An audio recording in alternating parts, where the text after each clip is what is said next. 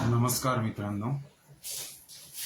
आज problem of me या channel अंतर्गत आपण जनतेच्या मूलभूत प्रश्नांवरती चर्चा करणार आहोत. याच्याही पहिले जे सेशन झालेलं होतं त्या सेशनमध्ये जनतेच्या काय समस्या आहेत, काय डिमांड आहेत, त्या या चॅनलच्या मार्फत मागवण्यात आलेल्या,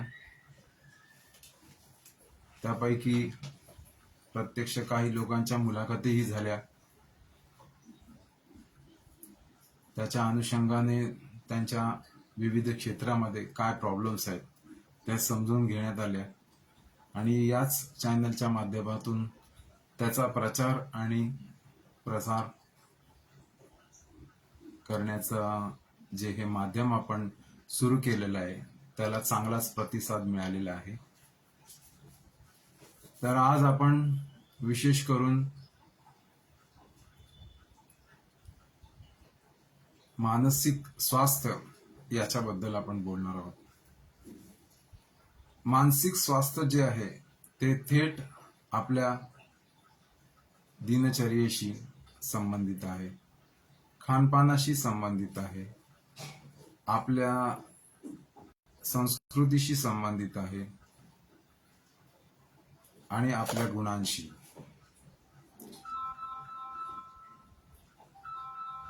आज आपण हे जाणून घेऊ की आपण आपले काय आहोत. जिथपर्यंत आपल्याला स्वतःला कळत नाही की आपण काय आहोत, तिथपर्यंत आपल्याला आपली नक्की समस्या काय आहे, प्रॉब्लेम काय आहे ते आपल्याला समजू शकणार नाही. आतापर्यंत अभ्यासलेल्या अनेक मानसशास्त्रज्ञांमध्ये सर्वश्रेष्ठ मानसशास्त्रज्ञ असं जर आपण बघितलं गेलं, आपण स्वतः परीक्षण केलं तर भगवान गौतम बुद्ध यांचं नाव घेतलं जातं. या पहिल्याच्या सेशनमध्ये आपण त्यांनी सांगितलेल्या परिस्थितीच्या 3 लक्षणाबद्दल चर्चा केली होती. पहिलं लक्षण की हे सारं जग अनित्य आहे, टेम्पररी आहे, कायमस्वरूपी नाही, परमनंट नाही. दुसरं लक्षण आहे की हे सारं दुःख आहे, मिथ्य आहे, फसवणूक करणारं आहे, गंड आहे आणि यामुळे आपल्याला खूप त्रास होतोय. आणि तिसरं लक्षण आपण जाणलेलं की हे मी नाही, माझं नाही, माझी आत्मा नाही, माझं व्यक्तित्व नाही, मी या सगळ्यांपासून परे आहे, वेगळा आहे, निरासक्त आहे. तर परिस्थितीचे या 3 लक्षण सर्व त्रिकालबाधित सत्य आहे, सगळीकडे लागू होतं. आज आपण आपल्या मानसशास्त्राबद्दल बोलायचं तर आपलं मन अत्यंत चंचल आहे. ते क्षणात इथे तर क्षणात तिथे, त्याचा निश्चित असा काही ठाव ठिकाणा नाही. अजूनपर्यंत आपल्या ताब्यात ते आलेले नाहीये. त्याच्यामुळे आपल्याला सतत मोहमूढता याच्यामध्ये वावरावं लागतं आहे आणि त्याच्यामुळे दुःख निर्माण होतं. हे जर आपलं चंचल मन आपण आपल्या ताब्यात आणू शकलो, त्याला योग्य वळण देऊ शकलो तर निश्चितच आपल्या साऱ्या समस्यांचं आपण निराकरण करू शकू. मी एका इंग्लिश विचारवंताची एक विचार ऐकलेला की जो कोणी आपल्या who is the master of patience is a master of everything.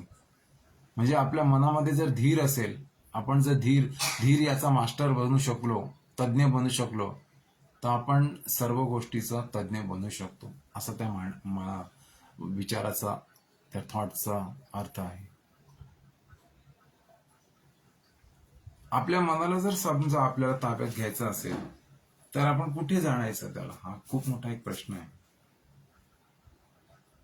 आणि जे पण काय आपण आलंबन घेऊ मनाला स्थिर करण्यासाठी, म्हणजे जी योगिक क्रिया किंवा शारीरिक आपले एक्सरसाइज असेल, ती नैसर्गिक असायला पाहिजे. मग ती काय नैसर्गिक असायला पाहिजे, कशी नैसर्गिक असायला पाहिजे? तर जेव्हा कुठल्याही प्राण्याचा जन्म होतो, म्हणजे आपण आपलाच पकडूया, आपला जन्म होतो, तर सगळ्यात प्रथम आपल्या बॉडीमध्ये ज्या गोष्टीचा येणं जाणं चालू होतं ते म्हणजे श्वास. तेव्हाच आपल्याला डिक्लेअर केलं जातं की बाळाचा जन्म झाला, बाळ जिवंत आहे. आणि डेफिनेटली जेव्हा आपल्या शरीरातून ते निघून जातं, म्हणजे श्वास प्रश्वास थांबतं, तेव्हा आपल्याला डिक्लेअर केलं जातं की मृत झालेलं आहे, हे मृत शरीर आहे, फक्त डेड झालेलं आहे. तर आपण जे आता आलंबन चॉईस करणार आहोत, आपण निवड करणार आहोत आलंबनाची आपल्या मानसिक एक्सरसाइजसाठी, मानसिक व्यायामासाठी, तर ती नैसर्गिक असेल. ती म्हणजे आपल्या येणाऱ्या जाणाऱ्या श्वासाची कसरत. आता इथे कसरत या अर्थाने असं नाही की आपण पाहिजे तसं श्वासाला हे करा, जोरजोराने आपण कपालभाती करतो योगांच्या क्रियेमध्ये, तसं नाहीये. तर जसा श्वास चाललेला आहे तसा आपल्याला तो जाणायचा आहे. भगवान बुद्धांनी याला आनापान सती असं नाव दिलं. रोज सकाळ संध्याकाळी 10 मिनिटं, ऍटलिस्ट 10 मिनिटं तरी आपल्याला या आपल्या मनाच्या चंचल स्वभावाला आपल्या कंट्रोलमध्ये आणण्यासाठी, आपल्या ताब्यात आणण्यासाठी अशा पद्धतीने येणाऱ्या जाणाऱ्या श्वासाकडे आपल्याला पाहायचं आहे. डोळे बंद असतात, येणारा जाणारा श्वास याच्यावरती आपण लक्ष केंद्रित करतोय. श्वास आतमध्ये येतोय तर आपण जाणतोय श्वास आतमध्ये येतोय.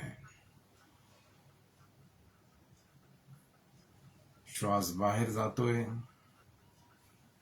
तर आपण जाणतोय श्वास बाहेर जातोय. फक्त जाणत राहायचं आहे. श्वास आणि प्रश्वास याला जाणत राहायचं आहे.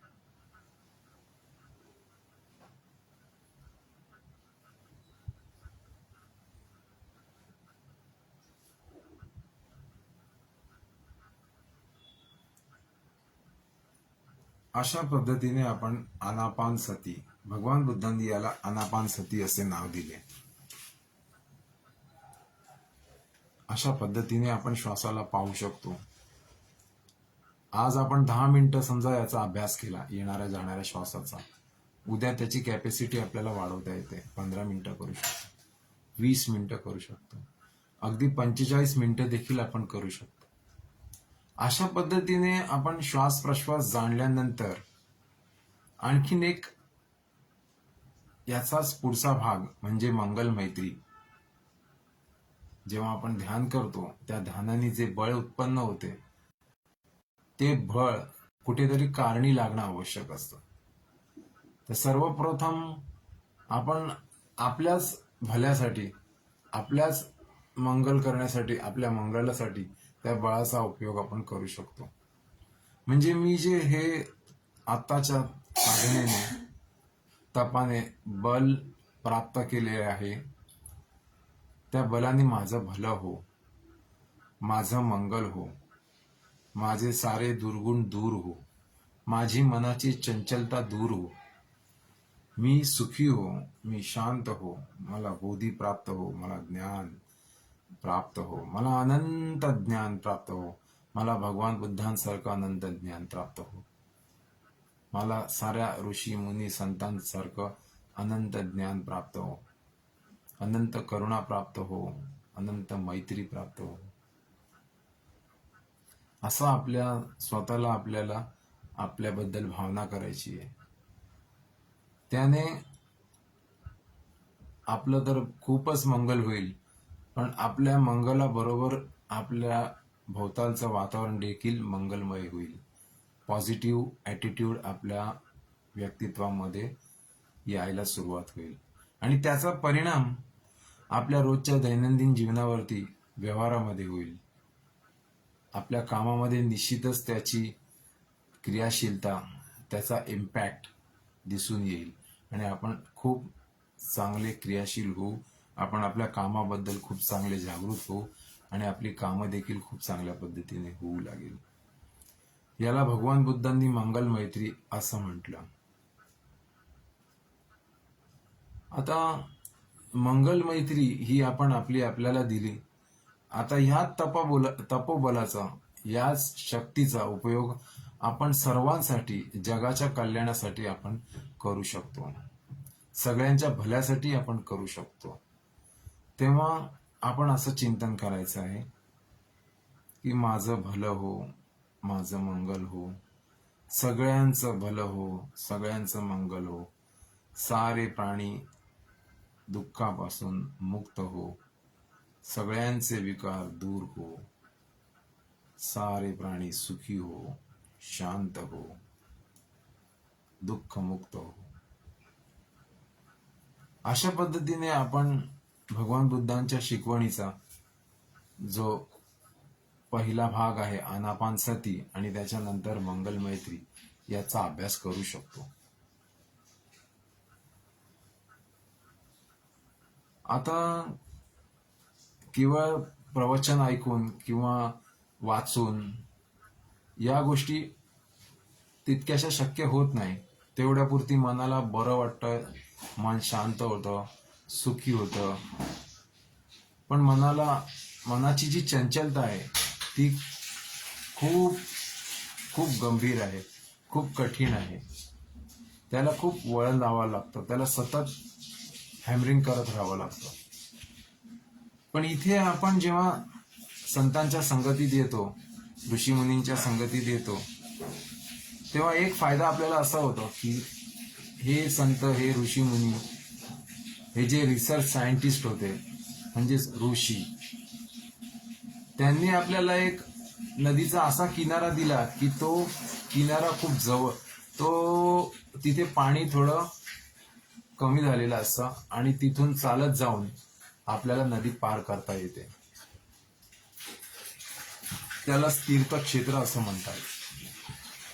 तर आपण जेव्हा जेव्हा अशा ऋषीमुनींच्या संपर्कात येतो तेव्हा आपल्याला त्या तीर्थक्षेत्राच्या, म्हणजे जिथे किनारा खूप कमी आहे, नदी पार केली जाऊ शकते, हा पाली शब्द आहे,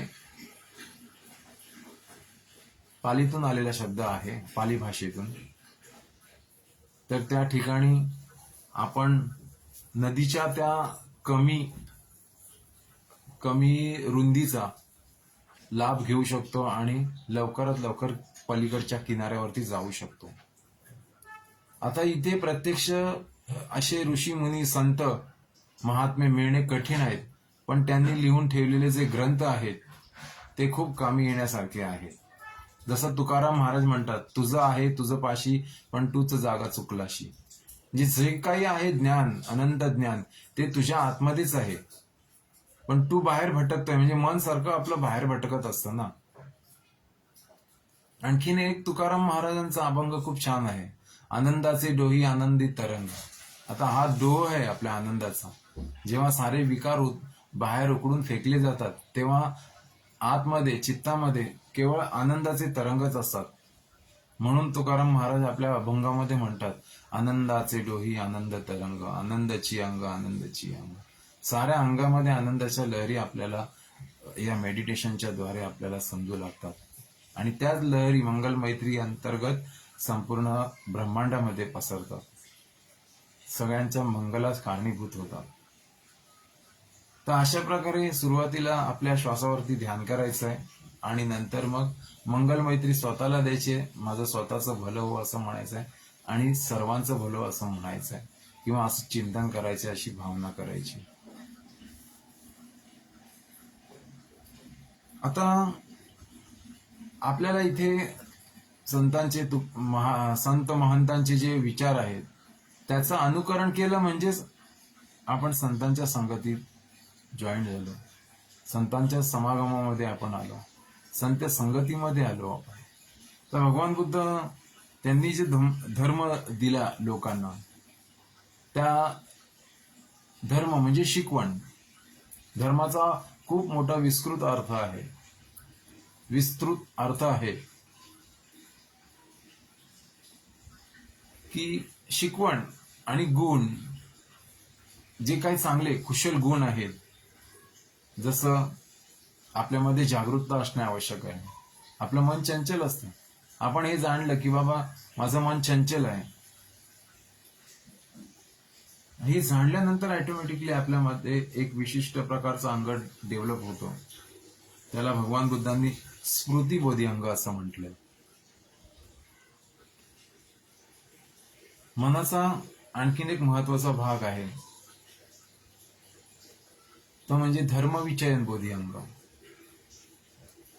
धर्मविचयन म्हणजे आता धर्माचा या ठिकाणी अर्थ असा आहे की एक्सप्लेनेशन करणे, विचयन करणे म्हणजे त्याच्यावरती विचार करणे, विनिमय करणे, त्याच्या खोलामध्ये जाणे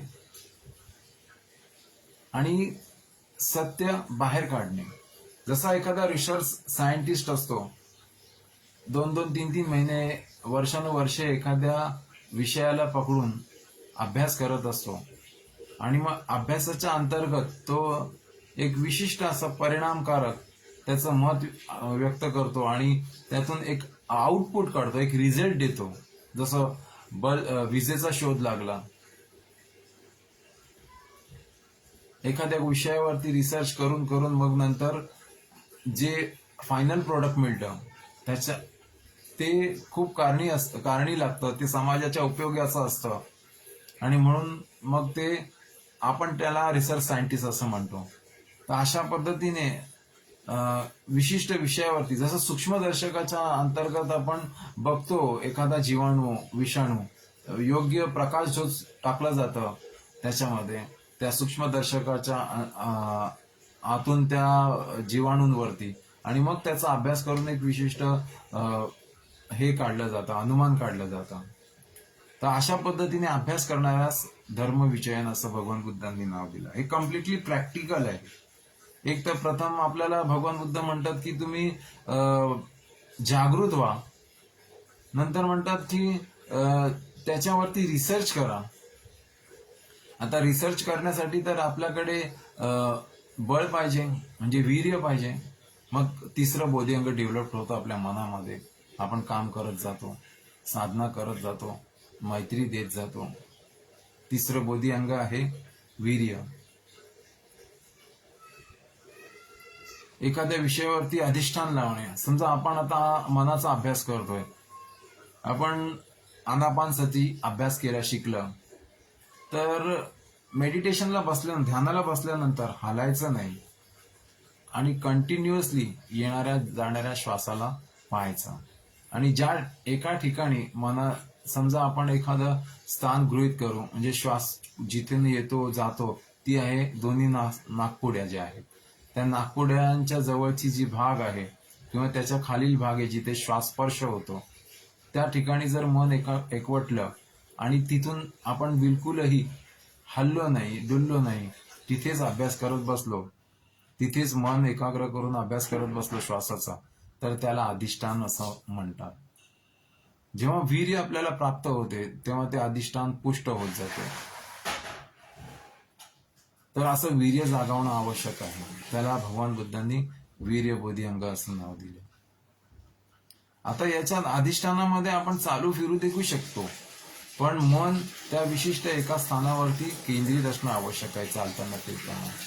समजा आता मी तुमच्याशी बोलतोय, पण माझं लक्ष माझे दोन्ही नासिकांचे द्वारांचे खाली जो मुशीचा एरिया आहे तिथल्या एका, समजा ह्या इथे मध्यवर्ती ठिकाणी, मध्य भाग, त्या ठिकाणीच माझं मन कॉन्सन्ट्रेट आहे आणि मी तुमच्याशी बोलतोय, मी तुमच्याशी संवाद साधतोय, तरी देखील ते एक प्रकारे अधिष्ठानच झालं. तर अशा पद्धतीने वीर्य जागवता येतं. वीर्य बोधी अंग भगवान बुद्धांनी या संपूर्ण प्रकाराला असं नाव दिलं गेलं. चौथा भाग आहे, अशा पद्धतीने जेव्हा आपण वीर्य जागवतो, एकाग्र होऊन ध्यान साधना करतो, स्मृतिबोधी अंग जागवतो, धर्म विचयनाचा अभ्यास करतो, तर आपल्या मनामध्ये जे उत्पन्न झालेले विकार असतात ते सारे नाश व्हायला सुरुवात होतं. मन शांत होतं. मनामधले सगळे वाईट विचार निघून गेल्यानंतर एक अशी आनंदाची लहरी आपल्या मनामध्ये निर्माण होते. जसं मगाशी म्हणालो मी की तुकाराम महाराजांचा ते अभंग आहे, आनंदाचे डोही आनंदी तरंग, आनंदाची अंग आनंदाची अंग. ह्या आध्यात्मिक लहरी आहेत. ह्या अध्यात्मामध्ये ही स्टेज येतेच माणसाच्या जीवनामध्ये, जेव्हा तो अध्यात्माचा चांगला अभ्यास करत असतो. त्याला भगवान बुद्धांनी प्रीती प्रमोद बोधिअंग असं नाव दिलं.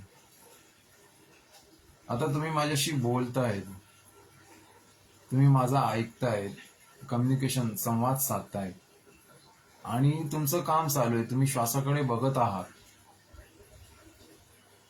तरी देखील आपण भगवान बुद्धांच्या ध्यानाचा अभ्यास करतो आहे, त्याच्यात सातत्यता ठेवली आहे. पुढचा भाग आहे प्रशब्दी बोधी अंग. आपण साधना करत करत अशा पद्धतीने स्मृती बोधी अंग जागवतो, त्याच्यानंतर धर्मविचयन जागवतो, त्याच्यानंतर वीर्य जागवतो आणि आणखीन साधण्याचा अभ्यास चांगल्या पद्धतीने प्रबळ प्रकारे करतो. तेव्हा मग आपल्या मनामध्ये आनंदाच्या लहरी उत्पन्न होतात, आध्यात्मिक तरंग आपल्याला लाभतात, आपण आनंदी होतो, सुखी होतो. याच्यामध्येच कंटिन्युटी ठेवली, सातत्य ठेवलं आणि याला उपेक्षेने पाहिलं की बाबा हे पण अनित्य आहे, हे कायमस्वरूपी राहणारं नाही, याच्यावरती ही स्टेज आहे. अजूनही खोल आनंद भगवान बुद्धांनी जे सांगितलेलं निर्वाण, म्हणजे सर्व दुःखाचा नाश जिथे होतो, कुठल्याही वासने सर्व वासनांचा नाश जिथे होतो ते निर्वाण, निब्बाण असं म्हटलं गेलेलं आहे. आणि ते कधीही नष्ट होत नाही, ते कायमस्वरूपी राहतं, चिरकाल टिकतं. ते अंतिम टोक आहे, आपल्या साधनेचं अंतिम लक्ष आहे. तर अशा पद्धतीने आपली गती जी आहे ती आणखीन वरच्या दिशेने जायला सुरुवात होते. मग त्यावेळेस प्रशब्दी बोधी अंग म्हणजे संपूर्ण मनामध्ये शांती उत्पन्न होते. जसं आपण एखाद्या दिवसभराच्या दिनचर्येला कंटाळून असं वाटतं की आपण कुठेतरी एकांतात जंगलामध्ये जावं, रमणीय ठिकाणी, आणि तिथल्या निसर्गाचा आनंद घ्यावा, आणि नक्की आपण तिथे जातोही, कसलाच आवाज नसतो, काय नसतं, मनाला एकदम शांती लागते, ती भौतिक शांती असते. अशीच शांती आपल्याला या चारही बोधिअंगाचा अभ्यास केल्यानंतर, म्हणजे स्मृती बोधिअंग, धर्मविचयन बोधिअंग, वीर्य बोधिअंग आणि प्रीती बोधिअंग, त्याची उपेक्षा केल्यावर उत्पन्न होते प्रशब्दी बोधिअंग. अशाच प्रकारे या बोधिअंगाची पण उपेक्षा केली ध्यानामध्ये आणि आपण पुढे आपली गती केली तर पुढे समाधी बोधिअंग प्राप्त होतं. आता समाधी बोधिअंग म्हणजे ही आणखीन खूप एकाग्रतेची स्टेज आहे, मनाच्या एकाग्रतेची. याच्यामध्ये अनुभूती फार महत्वाची असते आणि ही अनुभूती आल्यानंतरच, एक एक स्टेज आपण पार करत गेल्यानंतरच आपल्याला वरच्या अनुभूती यायला सुरुवात होतात. समाधी बोधिअंगामध्ये मन इतकं सूक्ष्म झालेलं असतं की सूक्ष्मतम सूक्ष्म, अतिसूक्ष्म मन बनून जातं. मग आपल्या कर्णपटलावरती एखादा आवाज उत्पन्न झाला तरी देखील त्याचे वेव्ज आपल्याला समजू लागतात. आणखीन पुढे जाऊन आपण जेव्हा अभ्यास करतो, आपल्या प्रकाश किरण शलाका आपल्या नेत्रपटलावर जरी पडली तरी आपल्याला त्या एकाग्र समाधीच्या अभ्यासामुळे आपल्याला ती प्रकाश किरण शलाकाचा कुठे निश्चित स्पर्श होतो आणि त्याच्याने काय व्हायब्रेशन्स होतात, काय कंपन उत्पन्न होतात, ते आपल्याला अनुभवता येतात. तर अशा पद्धतीने आपण उच्च समाधी ध्यान साधनेचा अभ्यास करत समाधीच्या उच्चतम अवस्थेला आपण पोहोचू शकतो. सूक्ष्मातीत सूक्ष्म अवस्थेला जाऊन अभ्यास करू शकतो. त्याच्याही पुढे एक बोधी अंग आहे, ते म्हणजे उपेक्षा बोधी अंग. समाधी बोधी अंगाचा अभ्यास करत असताना समाधीच्या ज्या उच्चतम ध्यान आहेत, त्या ध्यानांचा अभ्यास केल्यानंतर आणखीन वरच्या लेवलला आपण जातो. त्यांच्याकडे उपेक्षाने पाहतो, आपल्या समतेने पाहतो की मी अशा अशा पद्धतीने मी माझ्या मनाची एकाग्रता साधलेली आहे, सूक्ष्मतम सूक्ष्म एकाग्रता साधलेली आहे आणि मला खूप चांगल्या प्रकारे त्याचा लाभही झालेला आहे. पण तिथे आपण अटकत नाही, त्याच्याकडेही समतेने पाहतो की बाबा हेही नष्ट होणार आहे, हे उत्पन्न होणार आहे, नष्ट होणार आहे, मी याच्याशी कनेक्टेड नाही. कारण की सुरुवातीला आपण जे सांगितलं 3 लक्षणं, काय 3 लक्षणं सांगितली आपण, की प्रथम लक्षण असं आहे की हे सारी सृष्टी, सगळं काही जग हे अनित्य आहे, कायमस्वरूपी नाही, टेम्पररी आहे. दुसरं लक्षण आहे हे दुःख आहे,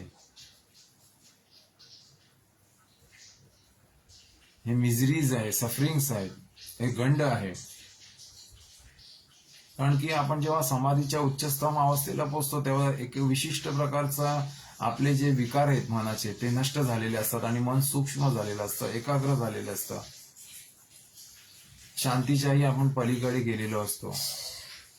अतिशांती ज्याला आपण शब्दात जास्तीत जास्त आपण म्हणायचा प्रयत्न केला तर, कारण की अनुभवजन्य स्थिती आहे, आपण शब्दात त्याला नाही व्यक्त करू शकत.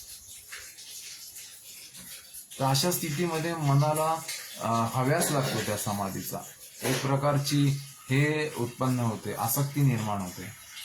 पण याला देखील आपण समतेने पाहतो आणि निब्बाण हे सर्वोच्च आहे याची आपल्याला जाण होते, निर्वाण हे उच्चतम आहे याला आपल्याला याची बोध होतो.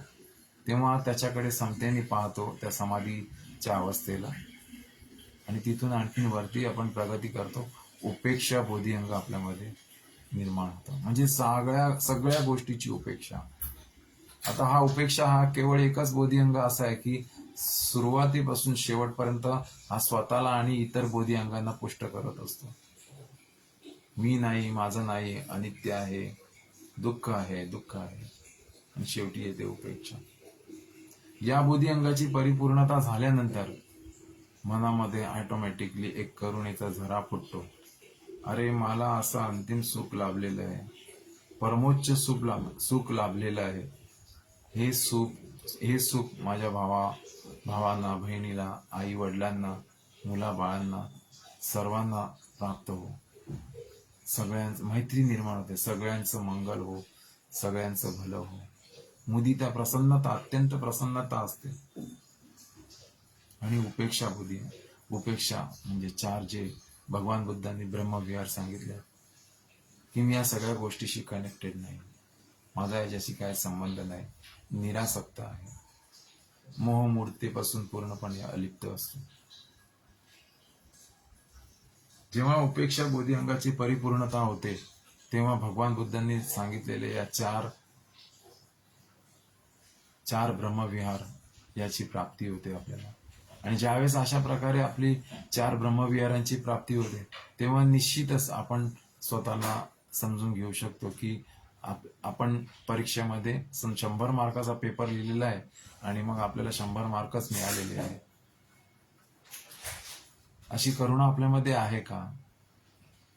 अशी मैत्री आपल्यामध्ये आहे का? अशी मुदिता म्हणजे प्रसन्नता आहे का आपल्यामध्ये? अशी उपेक्षा भाव आपल्यामध्ये आहे का?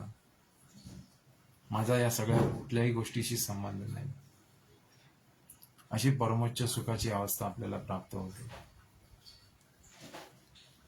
तर जर समजा कोणाचे काही प्रश्न असतील तर तुम्ही इथे कमेंट्स मध्ये टाकू शकता. कमेंट्स बॉक्स माझा ओपन आहे.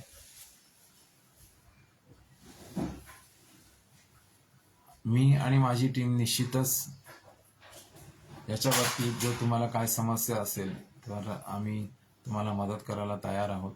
तुमच्या प्रश्नाचा जास्तीत जास्त चांगल्या पद्धतीने उत्तर देण्याचा आम्ही प्रयत्न करू.